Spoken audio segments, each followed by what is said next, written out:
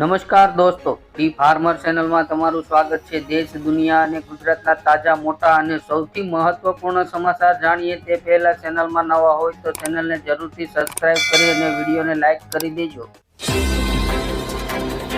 કોંગ્રેસના કાળોતરા સાપોએ પોતાની ઇજ્જત વેચી દીધી। હિમાચલના સીએમ સુખુએ બળવાખોર ધારાસભ્યોને લીધા આડે હાથે।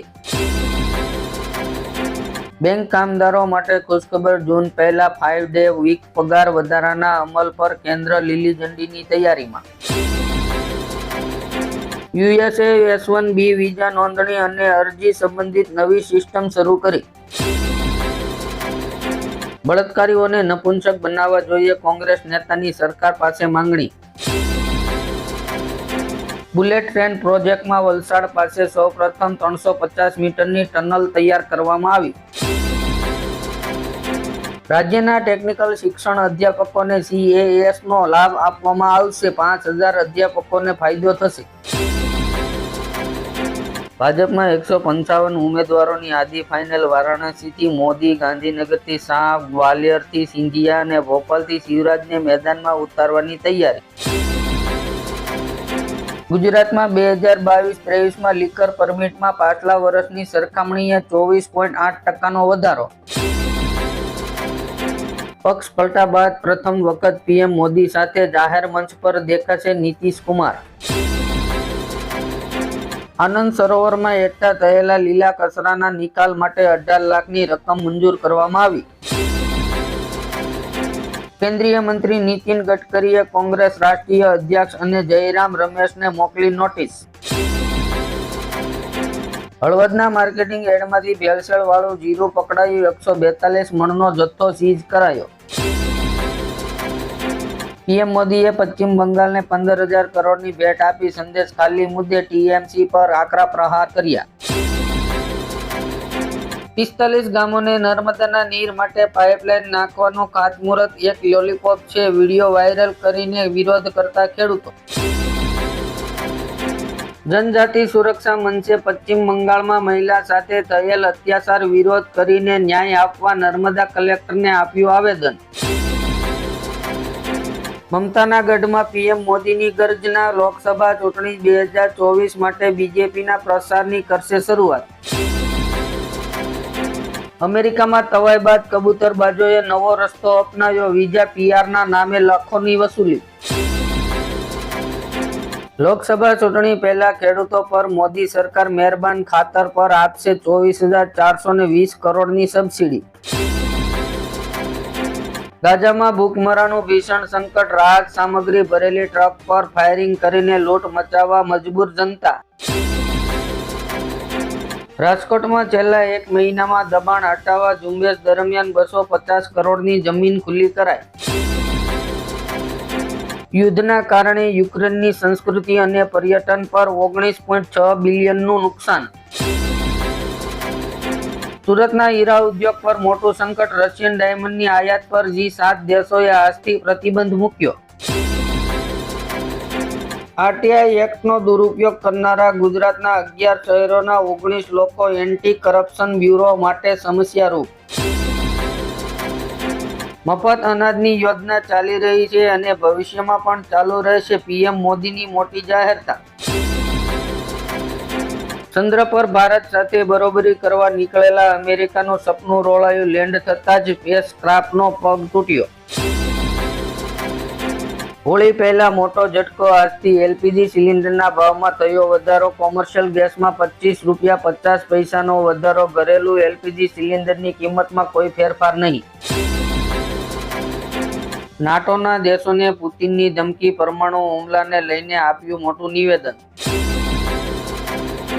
ધોરણ 10 અને 12ની પરીક્ષામાં ગેરરીતિઓ સામે 33 જેટલા સજાના નિયમો જાહેર કર્યા।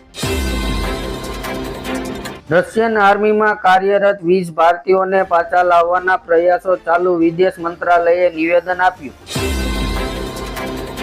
ઉજ્જૈનમાં બનેલી વિશ્વની પ્રથમ વૈદિક ઘડિયાળ સામાન્ય ઘડિયાળ કરતા અલગ। રાજ્ય સરકારનો મોટો નિર્ણય, નવી વર્ધિત યોજના હેઠળ કર્મીઓને હવે સરકારી ફાળો 10ના બદલે 14% કરાયો। ભારતના પૂર્વ વડાપ્રધાન અને ભારત રત્ન પીવી નરસિંહ રાવના જીવન પર બનશે વેબ સિરીઝ, નામ હશે હાફ લાયન. ગુજરાત યુનિવર્સિટીના સંલગ્ન કોલેજના ઘણા વિદ્યાર્થીઓએ ખોટા એબીસી આઈડી બનાવ્યા. કોંગ્રેસે કહ્યું, ગ્રીન હાઇડ્રોજન પ્રોજેક્ટમાં ભાજપે પોતાની માનીતી કંપનીઓને બિડિંગ વગર જમીન પધરાવી. રાઠવા બંધુઓએ કોંગ્રેસને ટોપી પહેરાવી, ભાજપની ટોપી પહેરી ગીતાબેનના માર્ગમાં કાંટો. ઉત્તર ગુજરાતના કોંગ્રેસના શક્તિશાળી નેતા અને પૂર્વ એમએલએનો પક્ષમાંથી રાજીનામું, ભાજપમાં જોડાયા.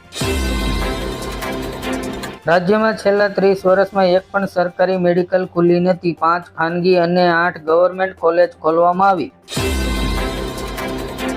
નોઈડામાં ઘર ખરીદનારાઓ માટે સારા સમાચાર. સોસાયટીઓના ફ્લેટનું રજીસ્ટ્રેશન 1 માસથી યાની કે આજથી શરૂ કરવામાં આવશે. ઝારખંડમાં વીજળી 7.6% મોંઘી. રેગ્યુલેટરી કમિશને નવા દરોની જાહેરાત કરી. એઆઈના માધ્યમથી ઇન્કમટેક્સ વિભાગે આપેલી નોટિસ પરત ખેંચવાની નોબત. ખેડૂત આંદોલનમાં પોલીસે ઉપદ્રવીઓ સામે કડક કાર્યવાહી કરશે. પાસપોર્ટ જપ્ત કરશે, સાથે વિઝા પણ રદ કરશે. મોંઘવારીથી ત્રાસીને નસબંધીની મંજૂરી માંગતા સંરક્ષિત જાતિના યુવાનની કલેક્ટરને આજીજી. પશ્ચિમ બંગાળના સંદેશખાલી કેસમાં મુખ્ય આરોપી ટીએમસી નેતા શેખ શાહજહાં છેલ્લા 57 દિવસથી ફરાર. રાજકોટ શહેરમાં પરવાનગી વગર 4 કરતાં વધુ લોકો ભેગા થવા તેમજ સભા સરઘસ કાઢવા ઉપર પ્રતિબંધ. પશ્ચિમ બંગાળમાં નવો વિવાદ. 83 જાતિને ઓબીસીમાં સામેલ કરવા મમતા સરકારની માંગ, એનસીબીસીએ ફગાવી. મેક ઇન ઇન્ડિયાની મોટી સફળતા. બ્રહ્મોસ મિસાઇલને ખરીદવા અનેક અરબી દેશોને રસ.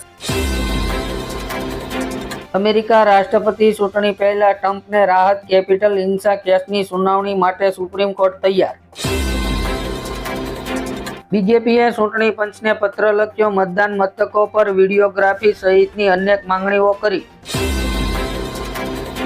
કેરીના રસિયાઓ માટે ખુશખબર. ગરમીની શરૂઆત થતાં જ બજારમાં કેરીનું થયું આગમન. 1 કિલો કેરીનો ભાવ 150 રૂપિયાને પાર.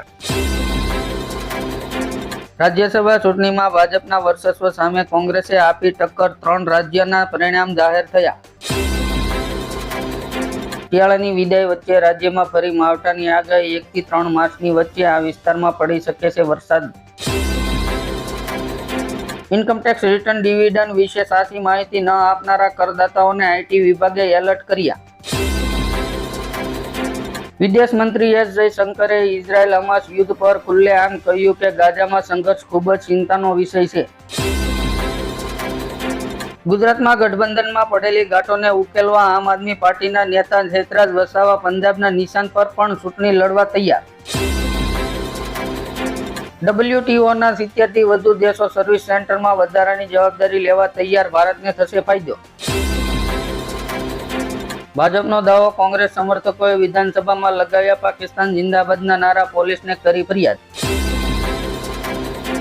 લોકસભાની ચૂંટણી લડશે બોલિવૂડ એક્ટ્રેસ કંગના રાણાવત. કહ્યું, આજ સમય યોગ્ય છે.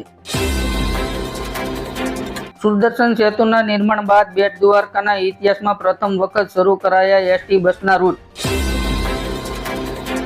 ઓસ્ટ્રેલિયાના પૂર્વ વિપક્ષી નેતા જોડી મેકે વડાપ્રધાન મોદી અને ભારત સરકારના વખાણ કરતા કહ્યું, ભારત વ્યવસાય માટે બેસ્ટ છે.